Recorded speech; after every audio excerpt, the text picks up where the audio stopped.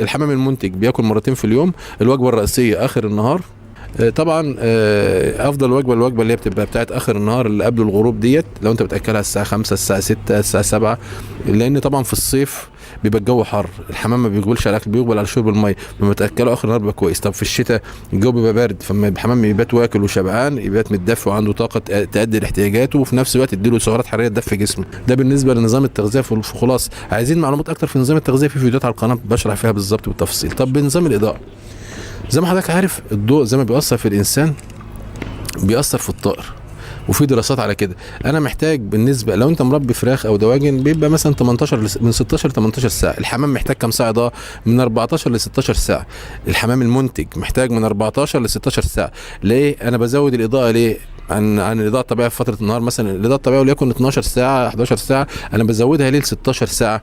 عشان احفز الحمام واحفز الهرمونات في جسمه ان هو يتحفز ان هو ينتج ويشتغل، فده بيأثر على الهرمونات الموجوده في الجسم وبيخلي الحمام ينتج. طب بالنسبه للشوايات والزغاليل بعتمد على الاضاءه الطبيعيه عشان ما بحفزوش.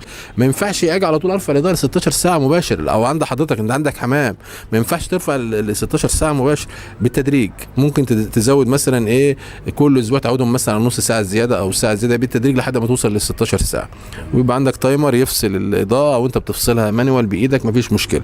كده يبقى الحمام عندي اصبح مهيأ ومنتج، ما يريحش معايا.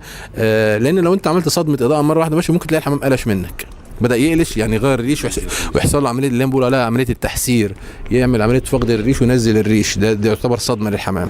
فانا اي حاجه بعملها بالتدريج. طب فرضنا انت بتاكل الحمام عندك علف فراخ، تمام، على اساس انه بيسمي، لا ده مصدر للسموم الفطريه وفي مشكله.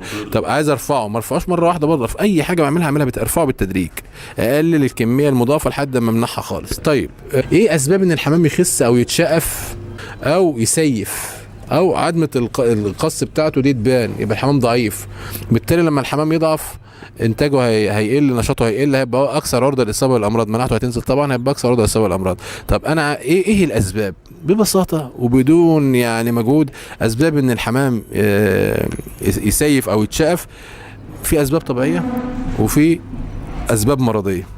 الاسباب الطبيعيه يا جماعه، في اسباب طبيعيه تخلي الحمام يتشاف، ان انت ما بتديش خلطه حبوب او كلفه او وجبه غذائيه او علف متوازن، مزود لي حبوب مثلا زي حبوب الطاقه على حساب البروتين عندك قليل، الحبوب فيها مشكله، الحمام ما بياكلش منها، ما يقبلش على الاكل.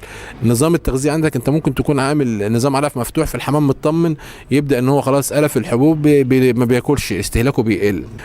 حتى احنا ما بنيجي في مزارع الدواجن نظام العلف المفتوح زي ما حضرتك عارف